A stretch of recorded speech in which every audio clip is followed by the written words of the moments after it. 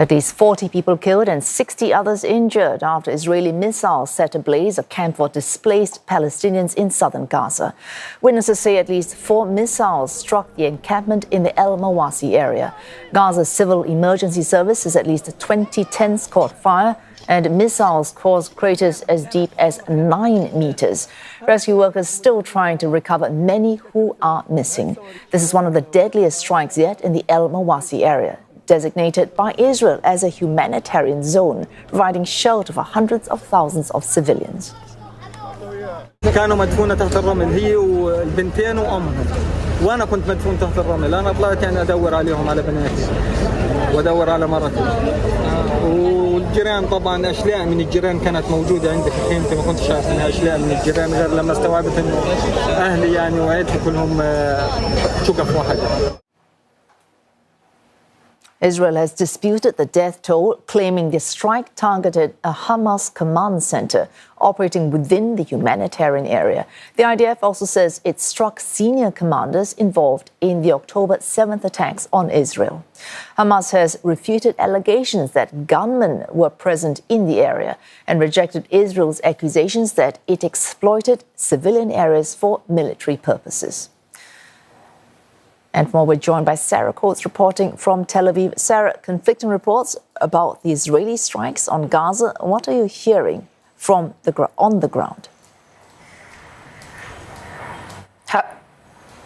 Hello there, Wei-Su. The Israeli military is disputing the death toll that's been given by the Hamas-run Gaza Health Ministry, saying that Hamas often broadcasts lies and false information that doesn't really fall in line with the information that the Israeli military has. It's also come out to say that this strike in Al-Mawasi was actually targeting 3 key Hamas members, saying that the military took steps to mitigate harm to civilians, including lengthy intelligence gathering, continuous aerial surveillance in the hours before this attack. But according to civil workers on the ground, there are entire families buried under the sand, and they are still working to retrieve the bodies of these people. Now, what we're also seeing here on the ground is the continuation of this conflict between the Israeli Prime Minister Benjamin Netanyahu and the Defence Minister Yoav Gallant.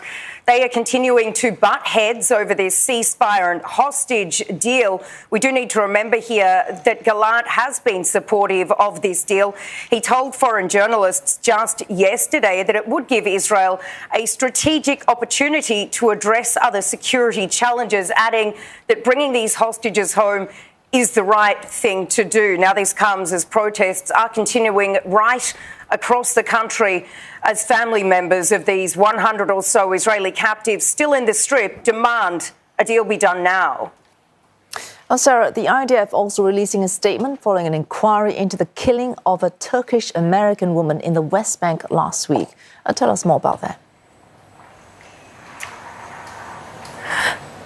That's right. The military says that this initial probe has been wrapped up, and what it shows is that she was likely mistakenly hit by troops' gunfire, expressing regret, saying that the incident occurred during a violent gathering of dozens of Palestinian suspects who burned tyres and threw stones. But we do just have another statement also from the US Secretary of State, Antony Blinken. He's actually just spoken out to reporters, saying that the IDF investigation appears to show her death was unprovoked and unjustified. It is not acceptable, saying that the IDF needs to make fundamental changes. Now, on top of this, a funeral was held for her yesterday in the West Bank. Many Palestinian mourners following this procession out, and they are demanding justice, really, as the world continues to react to this incident with horror. Wei-Su. Well, thanks to Sarah Coates reporting live from Tel Aviv.